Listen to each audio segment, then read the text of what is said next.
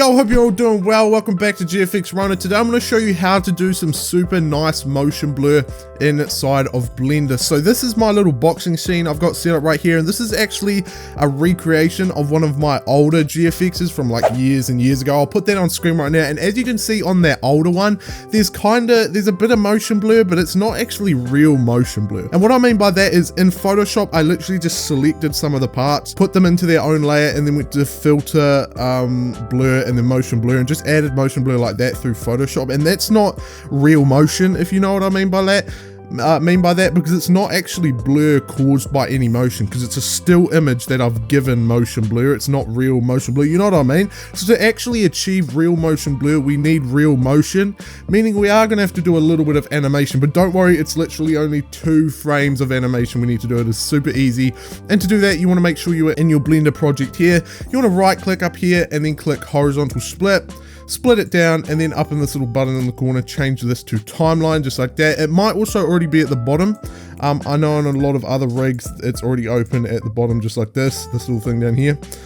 Just have it open, and then we can get started with the actual motion blur. So you want to make sure you are at frame 1. You can use the arrow keys, left and right arrow keys, to go left and right in the frames. You want to make sure you are at frame 1, because as you can see up here, the start frame is frame 1. So you want to make sure you're at frame 1. And essentially how this is going to work is we're going to have the first frame, and with this, it's kind of going to be a before frame, if you know what I mean by that. And then we're going to have an after frame where they're kind of done the motion. And then what it's going to do is it's going to grab the motion blur from in between the 2 frames and, you know, make that into the blur that's given to the final one, you know what I mean? So let's get started. So in the first frame, I've got my guys set up here, and I kind of want, he's obviously throwing a bit of a punch here. This guy's dodging it a little bit. So because this is the before frame, I'm going to go ahead and move him a little bit more closer to the punch, because he's of course going to be kind of ducking backwards from it.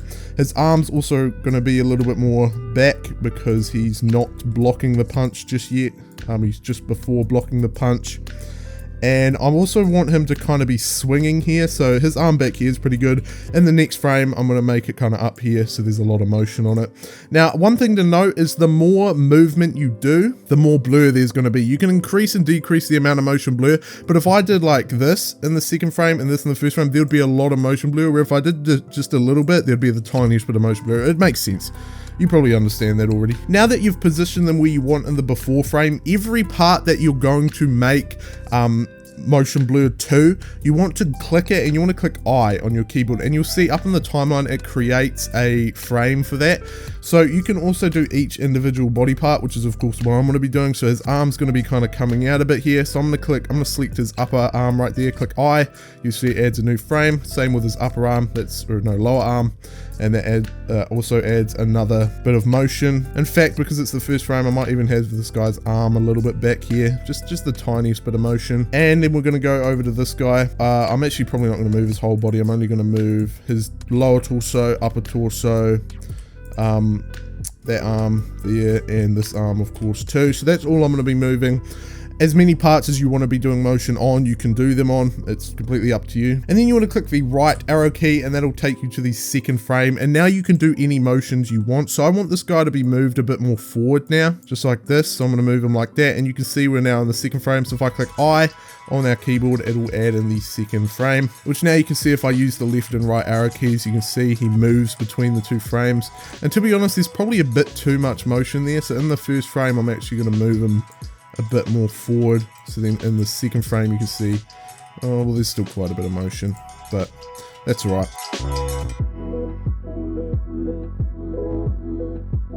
We could have whole leg animations, but there's really no point, especially when it's very minor adjustments.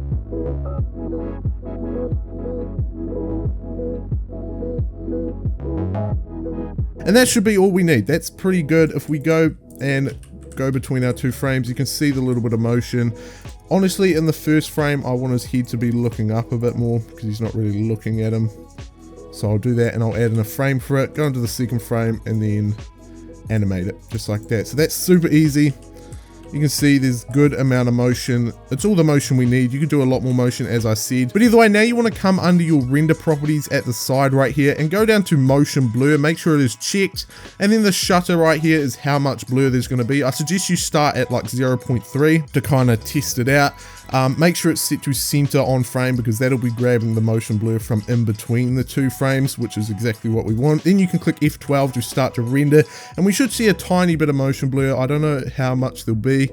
We can't really see too much motion blur. You can see a little bit of motion blur. Sorry about the lag, by the way. I know it's definitely very laggy, but you can see a little tiny bit of motion blur on his arm there, but obviously we do want to increase that. So I'm going to go to 0.6, see how good that is. And now you can see a lot more motion on this guy's arm, which is a lot more what we want. That is awesome, but I do think we need just a very slight bit more. So I'm going to go 0.8 maybe, see how that works out. And after playing around with the motion blur and all the animations and stuff, this is what I've ended up with. It's super good, super easy to make these motion blurs, and it's realistic. As I said before, this is real motion blur because it's blur actually caused by the motion. So thank you all very much for watching. Make sure to join the Discord server, Roblox giveaway at 100 members, and I'll see you all next time. Goodbye. Make sure to like and subscribe too. I always forget to say that. Like and subscribe. Goodbye.